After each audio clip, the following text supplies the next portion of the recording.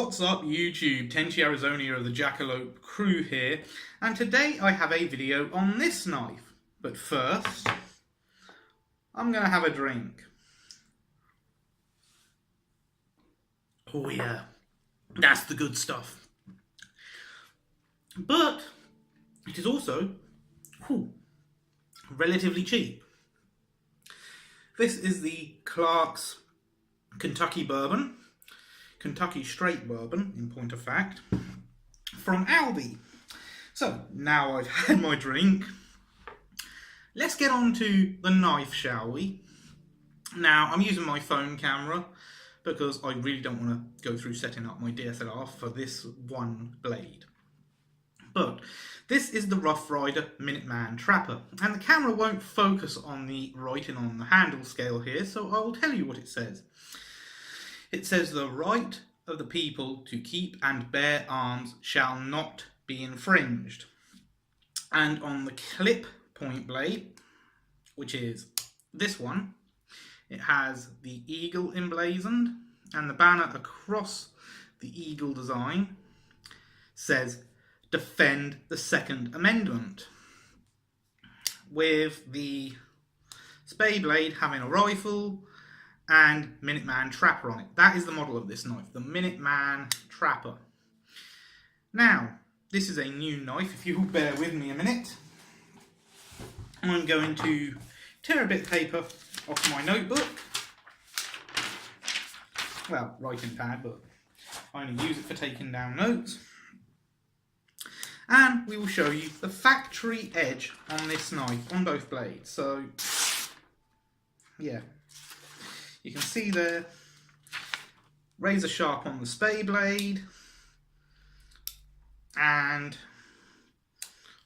also the clip point blade. So yeah, very good factory edge. Now this is a Rough Rider knife, so it isn't particularly expensive. So, why did I get this particular knife? Well, I can't carry it on me because it is not UK legal. Each blade on this knife, both the spay blade, which is here, and the clip point blade here, are 3.4 inches. So, this cannot be carried in the UK. But this is not a weapon. This is a tool, yet I can still not carry it. I still cannot carry this blade.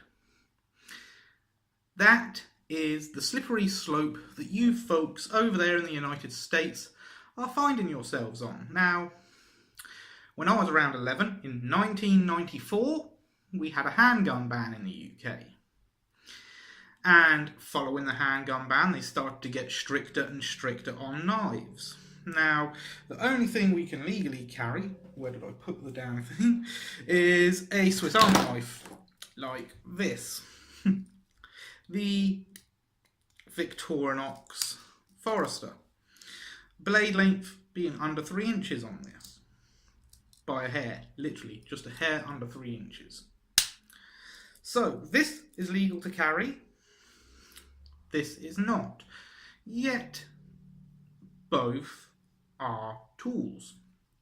Now, obviously, being a trapper, this is designed to prepare game.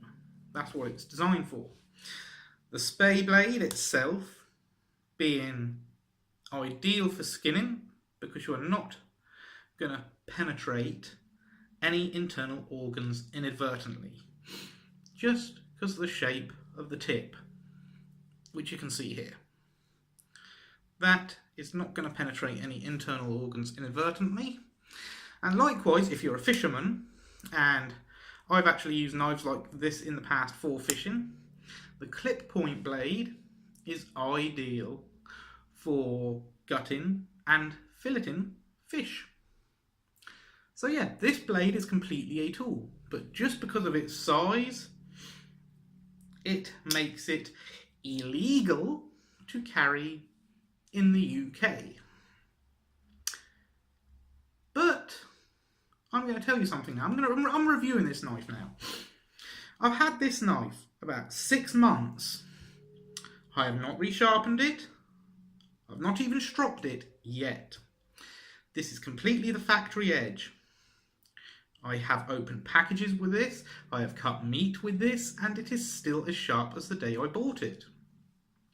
The only thing I do when I'm finished using it is I wipe it down, and then I get a piece of kitchen cloth with olive oil on it, and I give the blade a wipe down with olive oil. And that keeps the blade in relatively good condition.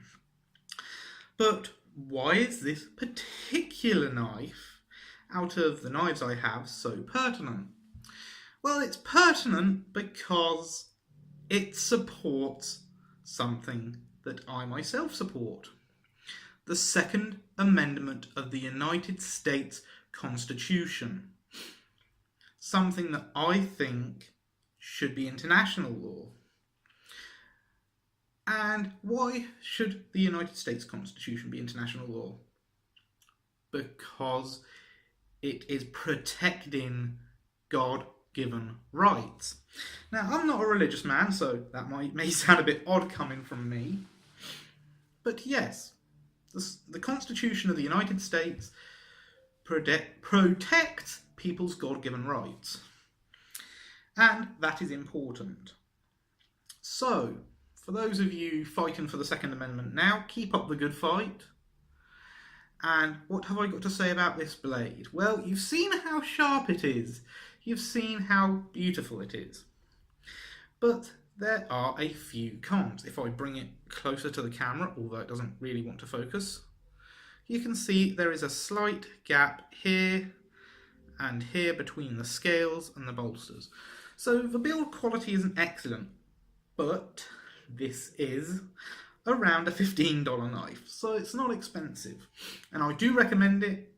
I highly recommend that you get yourself one of these. I mean, you can see how nice it looks. And if I fold out one of the blades, I'm going to actually fold out the spay blade because it's easier. You can see how beautiful the finish on the blade is. Yeah, as you can see, it's kind of reflected there. You can see my TV screen, or my flag actually, reflected in my phone screen. So yes, I recommend this knife, with a few stipulations. If you do get this knife, I would recommend that you keep it oiled, because although it is 440 steel, the pivots can get a bit stiff if left unoiled. So just drop a few drops of oil in there. You don't have to worry about fit and finish. It's a pin construction like all trappers. It's slip joint, so it's going to be legal even if you can't carry lock-in knives.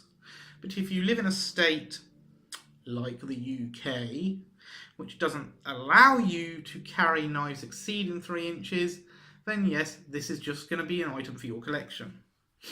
If you're a hunter though, definitely get one of these. These are nice knives. A lot of people don't like Rough Rider knives. I do. This is probably the third one I've had throughout my life. I had one when I was a kid. Don't know what happened to that. And I've had other Rough Riders as well. But this one is actually my favourite. And it's because it's a trapper. And a trapper is actually my favourite traditional pattern of knife. So do I recommend this? Yes. But do not expect amazing fit and finish because it is a budget knife. And yeah, really take the message on the scale and the message on the clip blade, when I can get to it, there we go, to heart. Defend the Second Amendment, the right of the people to keep and bear arms shall not be infringed, because everyone has a right to defend their family. Anyway, that's enough rambling from me. If you like it, please subscribe, and remember, be good to each other.